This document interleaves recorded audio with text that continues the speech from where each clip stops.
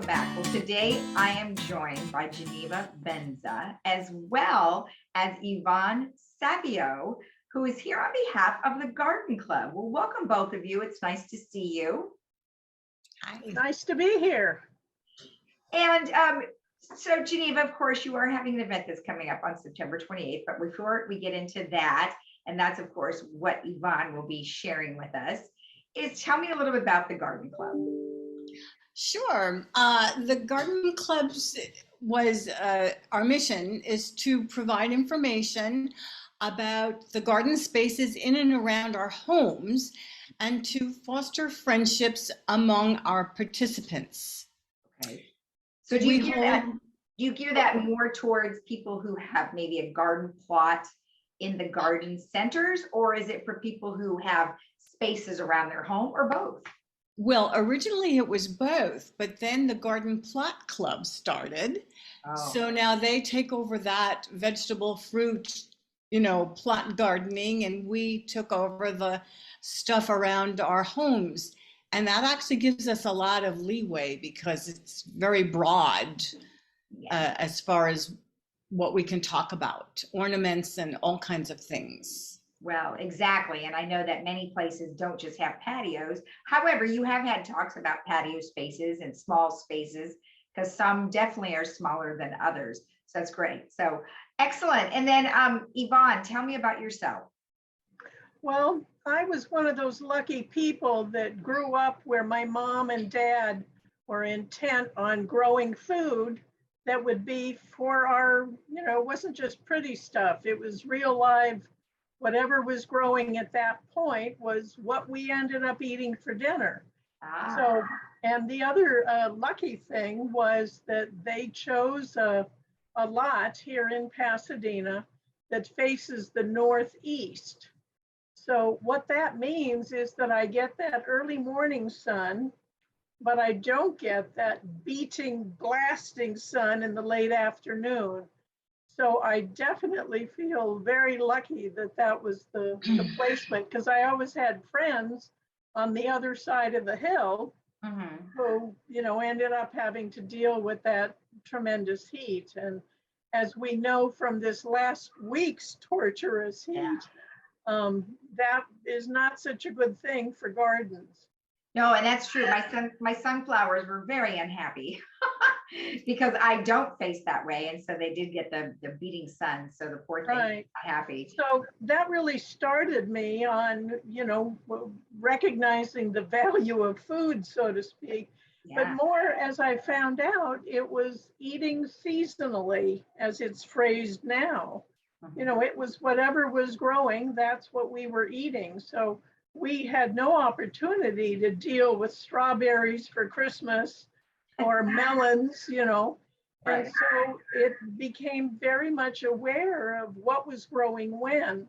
However, the confusion for me came that my mom was planting lettuce, for example, every day of the year, or at least once a week. So I never quite understood what seasons meant. It was just whatever was thriving. And it took me going up to Davis when I worked at the University of California, Davis, to really find out that you had to have everything growing by Thanksgiving. Otherwise, it would just sit there in the ground until after, really after Easter, not even just President's Day. Right. So with that additional information, then I could much better fine tune what I was sowing when, what kinds of seeds and planting. And I wasn't so mystified then when some things would be going very slowly. Right. And I understand that you're a master gardener. I'm going to talk about that in just a few minutes. So Geneva, so the Garden Club's been around for quite some time and you have lots of members. And I know you try to put together events that are, obviously pertaining to seasons or sustainability or whatever the case might be. So with what Yvonne is talking about, your upcoming one is really more, not really food you can eat, but more about flowers. Right. And that's one of the wonderful things about Yvonne is that she has such a wide range of experience that, we know we can go to her and she's going to be able to deliver. Right. Okay, good. So Geneva, give me an overview of the event itself. Let's talk a little bit about it. Overview Of the event that you're having on September 28th. Oh, okay. It's at Clubhouse 1 at 2:00. Okay. And go ahead. We're asking that people be vaccinated and, we're asking that people wear masks. Okay. Whether they're vaccinated or not, right? Right. Okay. Okay. And you have a free raffle. So what is going to be the raffle? Is that going to be some of your items, Yvonne? Well, that's not part of the raffle. That'll be afterwards as a separate availability for everybody. Okay, great. So what do you have for the raffle? Our members bring things. Oh, and great. We raffle them off. Oh, fantastic. Fantastic. Now, being a master gardener, of course, Yvonne, takes a lot of education, a lot of time. Did it take you a very long time to master everything? Well, you never master everything. You just get more curious about some other kinds of angles that you hadn't been aware of.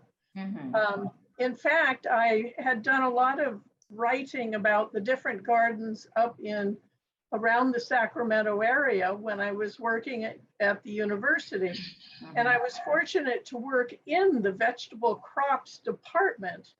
And so I really had access to all this immediate kind of research and all that good stuff.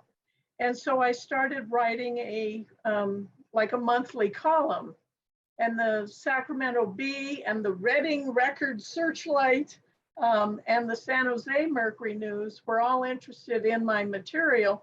So I reformatted that for them on a weekly basis or monthly or whatever it was.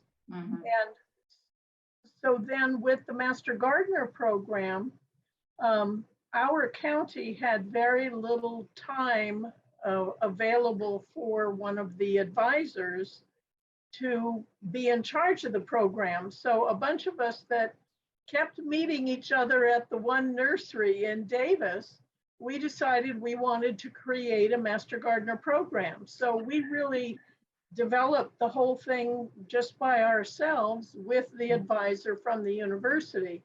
And then when I moved down here, I was hired to restart the Master Gardener program in Los Angeles County.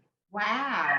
And so consequently, those first several years were just literally inventing the thing all over again. Wow. And we had at that time, the funding was to help low-income folks grow more food. And so it was very much, a food-oriented program. But of course, you got to have the pretty stuff in there as well. So exactly. And I know you guys are going to be talking about the pretty stuff at this. So let's talk about what you are going to talk about. Bulbs. I mean, bulbs, I don't know, it's interesting. I had planted bulbs before. And so when they bloom and then they die, do you have to replant that bulb or does it come back?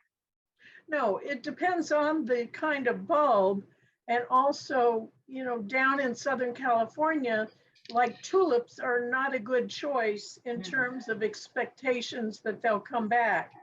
Because even what is called naturalizing bulbs, which means they separate and they multiply, most of those are not much good for us because we just don't have enough cold weather over the winter.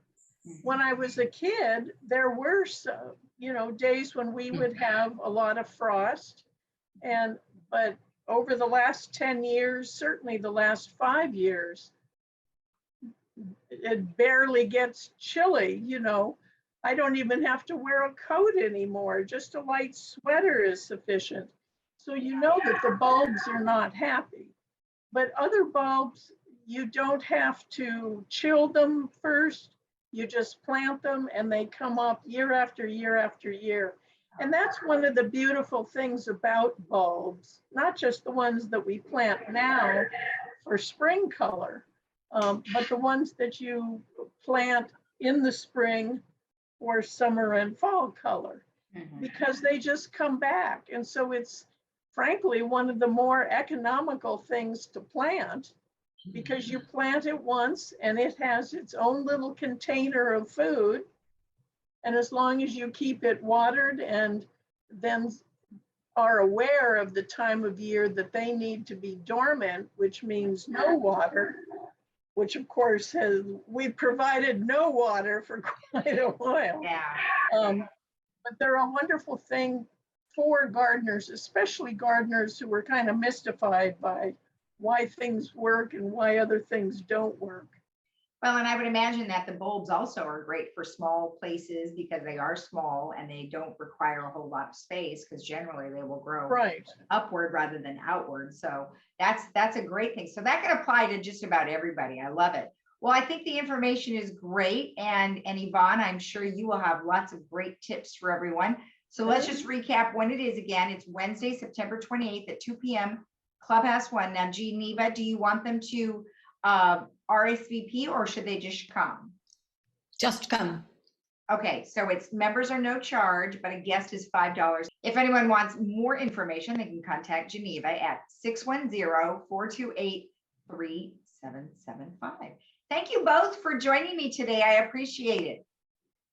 Glad to urge everybody to come and chat when we're all there together. I love it. Wonderful. Thank you. Thank you. And we'll be right back after